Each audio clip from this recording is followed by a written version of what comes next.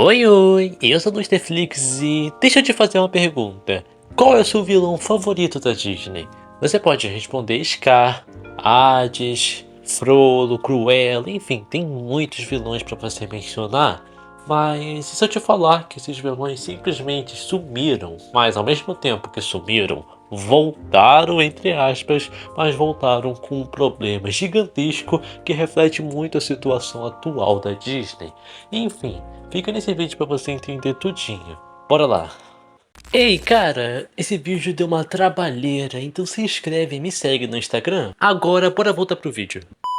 Bom, antes de eu falar sobre os vilões gerais, eu preciso falar o que é um vilão clássico para diferenciar dos vilões modernos da Disney.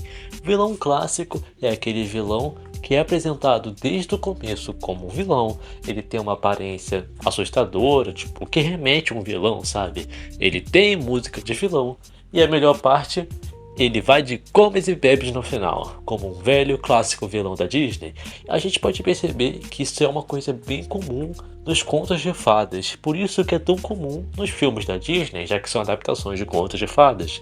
A Branca de Neve, Cinderela e a Bela Adormecida, que são obviamente adaptações de livros infantis, tem muito esse lance clássico do bem contra o mal, por isso sempre temos a princesa e a vilã ou vilão maléfico, cheio de magia, enfim, é o conceito básico de fantasia e de contos de fadas. Beleza, tá legal. Com o passar do tempo, esse conceito de contos de fadas foi mudando e se tornando mais moderno. Chegamos na era renascentista da Disney, com clássicos contos de fadas modernos misturados, sabe? Como por exemplo, A Pequena Sereia, que foi uma ótima adaptação do livro lá de 1800 e bolinha. Também tivemos A Bela e a Fera, um conto de fadas clássico. Tivemos Aladdin, uma adaptação daquele livro árabe que acho que é 101 Noites, né? A Pocahontas é uma adaptação da vida real, mas mesmo assim ficou interessante. Rei Leão é uma história original. Hércules, você sabe, né? Não precisa ficar falando que cada filme foi inspirado em cada coisa, em cada conto de fada. E cada filme que foi baseado em alguma coisa, mesmo que não tivesse um vilão na obra original, eles construíam uma narrativa que era diferente de antigamente, mas ao mesmo tempo moderna, mas ainda que tivesse o conto de fadas. Isso ficou até depois de um certo tempo. Como por exemplo A Princesa e o Sapo, que é um filme de 2009, ou seja, até que bem moderno, clássico 2D, com contos de fadas de A Princesa Beijar o Sapo, e ainda um vilão clássico com todas as características que eu mencionei. Então, um ano depois, tivemos Enrolados, que foi o fim dessa era clássica de vilões da Disney, com a Mamãe Gothel sendo a última vilã de todas, porque a Mamãe Gothel é apresentada como uma vilã. Ela desde o começo, desde sempre é uma vilã, ela tem uma música de vilã e ela vai de comes e bebes no final. Todas as características clássicas de vilões que eu mencionei lá no começo do vídeo. Como a gente viu na era renascentista que a Disney evoluiu e deixou essas histórias mais modernas do que aqueles contos de fada bem antigão, ela fez isso novamente entre 2010 e os anos atuais, mas modernizou num ponto que ficou mais parecendo a Pixar do que a própria Disney. E isso tem uma explicação até que bem lógica. Lá nos anos 2000 até 2009, a Disney só estava lançando fracasso com exceção de Lilo e Stitch, Planeta do Tesouro, Atlantis no Mundo Perdidos, Bolt, Nem que a Vaca Tussa, Irmão Urso, todos foram fracassos e esquecidos, e também Chicken Little. E isso acontece pois as pessoas não estavam tão interessadas assim para assistir esses filmes, e a Disney tentou de uma forma desesperada de adaptar os seus contos de fadas, que era o que dava certo, em uma narrativa moderna dos filmes da Pixar, que estavam fazendo muito sucesso naquela época. E assim surgiu Detona Ralph, um filme totalmente diferente do que a gente pensa em filme da Disney. Não tem conto de fadas, não tem nenhum vilão clássico, é um filme que usa aquele conceito da Pixar de e se sei lá o que tivesse sentimentos, tipo, e se peixes tivesse sentimentos, e se carros tivesse sentimentos, e se sentimentos tivesse sentimentos, aqui esse videogame tivesse sentimentos. Por isso que eu acho que esse filme tem muito cara da Pixar, eu acho que ele tá no lugar errado. Tá bom, depois de Detona Ralph, tudo mudou basicamente, porque tivemos o Turbo, um vilão totalmente esquecido, que ele é apresentado como um vilão bonzinho, mas depois lá no final do filme ele é um vilão mal. Tipo, eles trocam a narrativa sendo um vilão plot twist. Eu dou até um desconto aqui pro Turbo, pois tem uma justificativa bem forte no filme que eu acho bem interessante na minha opinião, mas não tem como negar que não é um vilão clássico. E depois disso tivemos Frozen com o Príncipe Hans, depois disso tivemos Zootopia com a Belle Hatter, depois disso tivemos Operação Big Hero com o Máscara, todos vilões que eu tive que pesquisar um nome para saber, senão eu não sabia, porque eu não lembrava o nome deles, de tão esquecíveis que eles eram. E todos eles seguem esse padrão de no começo é bonzinho, mas depois é do mal, e sempre a gente não consegue gostar deles o suficiente, pois eles não têm tempo de tela de, sabe, de vilão, porque a gente gosta dos vilões porque a gente aprende mais sobre ele, vê mais eles na tela, tem aquele jeitinho de vilão que a gente gosta, mas quando o vilão é vilão plot twist, não dá tempo da gente gostar da personalidade maléfica dele, porque não dá nem 20 minutos e ele já é derrotado.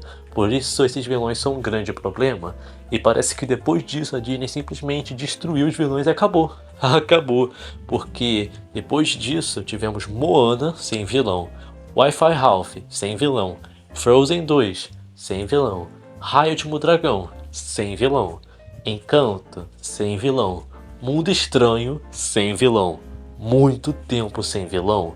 Sem contar, né, aqueles vilões plot twist. Se for contar isso, gente, é literalmente mais de uma década. Estamos em 2023 e o último vilão foi em 2010. Mas tá bom, chegou a solução dos problemas. O Wish, né, era o que pensávamos, já que foi nos apresentado um vilão clássico para representar os clássicos da Disney. Mas qual é o problema aqui? Parece uma ideia boa, né? Bom, até que parece, mas tem uns certos problemas, pois parece muito que esse vilão foi feito nas pressas, não foi feito pensando, eu quero fazer um vilão maligno, eu quero fazer um vilão engraçado. Ele tá tipo entre esse meio termo e ele só se torna bobo. Eu tô falando do Rei Magnífico, o novo vilão da animação Wish da Disney que vai estrear em janeiro do Brasil. Olha, eu gosto muito do Rei Magnífico. Na minha opinião, ele é um personagem engraçado, mas ele não se compara a vilões modernos. Por exemplo, a Mamãe Gothel, que foi o último que a gente pode usar de comparação. Sim, ele tem um final de vilão, ele é apresentado como vilão, ele tem uma música de vilão, mas parece que tem alguma coisa no filme que faz ele se tornar patético de bobo. E não parece muito que ele tem uma ambição de ter algo, sabe? Por exemplo, a Mamãe Gothel. A gente sabe que a Mamãe Gothel aprisiona a Rapunzel na torre para ter os poderes do cabelo dela. Ela é egoísta por isso. E depois que a Rapunzel foge, ela tem que ir atrás. Ela tá maluca para achar a Rapunzel logo, porque ela vai envelhecer com o tempo. Aí ela tem uma motivação principal, que é o cabelo da Rapunzel. Já aqui em Wish, ele não se decide o que ele quer. O Rei Magnífico não decide o que ele quer. E é nítido ver que a Disney fez isso rápido demais e não teve tempo para planejar o vilão. Olha, nas ideias iniciais de Wish, ele tinha um visual totalmente diferente. Ele ia parecer muito mais velho e até que bem mais assustador e menos, sabe, bobinho. Ele também ia ter uma esposa maligna e eles seriam os primeiros casais malignos da Disney, o primeiro casal de vilão da Disney. Essa ideia descartada seria incrível na minha opinião, pois seriam dois personagens que poderiam representar tanto os vilões homens, tanto os vilões mulheres, os vilões femininos, sabe? Enfim, seria uma ideia interessante, mas tá bom, não foi pro filme. Mas o problema em geral do Rei Magnífico, como eu tô falando que ele foi feito corrido, é que ele troca de objetivo muito fácil. Uma hora ele quer só absorver os poderes dos desejos. Outra hora ele só quer conceber os desejos. Outra hora ele quer a gratidão do povo. Outra hora ele quer ir atrás da acha. Outra hora ele quer ir atrás da estrela. Outra hora ele quer ir atrás da magia da estrela. Isso eu nem preciso falar aqui spoiler, mesmo que eu assisti o filme, porque tá no trailer, gente.